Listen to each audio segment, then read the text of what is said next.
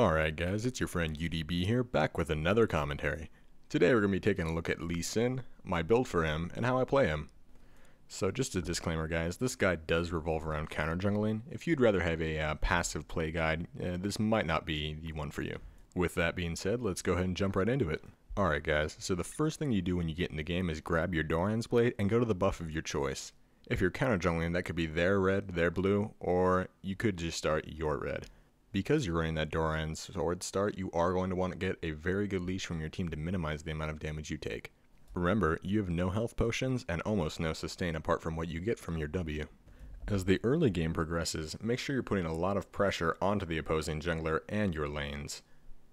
My personal favorite strategy is to take my red, my blue, and then gank top. However, you need to be careful because if you get counter ganked, you might be quite low on health from taking your own buffs. Now guys, this is very important. This is a high risk strategy, so if it doesn't go as planned in the early game, you could have a lot of problems down the road. That being said, if your gank doesn't go as planned at level 3, you want to go ahead and try and soak up as much EXP as you can. Hold any lane possible, take all your camps, and make sure that you're getting timers on your opponent's camps and buffs to take them on the cooldown. The next things you're going to get guys is 2 more Doran's Blades and Boots of Mobility. And the reason why is this is just, again, it's going to make you be the jungler who seems to be everywhere on the map and who is always pulling off strong ganks.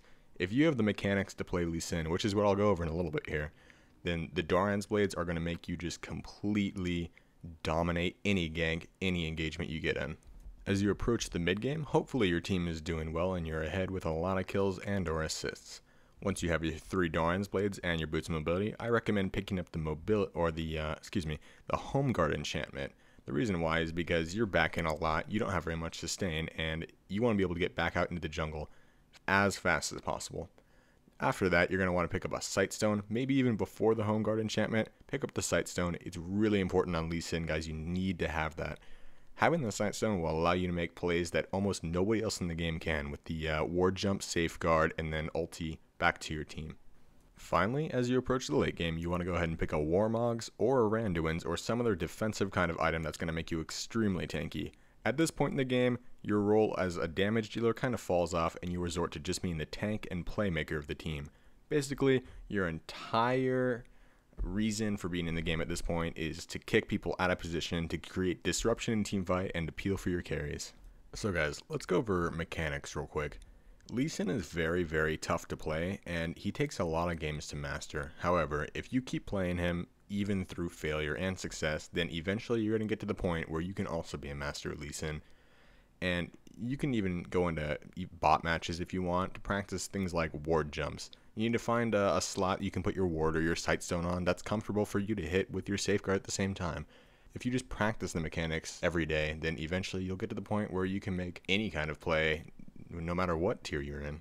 So practice, practice, practice, guys. Make sure to keep your eyes on the map and just try whatever builds work for you. Go ahead and start with the Doran's Blades, and if you don't like that, maybe go for something different like early Sunfire or maybe some more damage like a Ravenous Hydra. It's up to you guys. Let me know what you think and tell me what you're doing in the comments below. Again, thanks for watching my guide, guys. I really appreciate it. If you liked the video, go ahead and drop a like or a sub or whatever if you want to see my new videos on your YouTube home screen when you log on every day. Also, don't forget to comment and tell me how I'm doing, or just say whatever you want to say.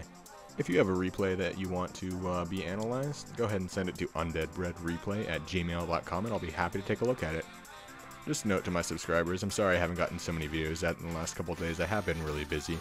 However, I do have a couple more planned for you guys in the next 2 or 3 days, so expect to be seeing quite a few of those videos coming out of my channel.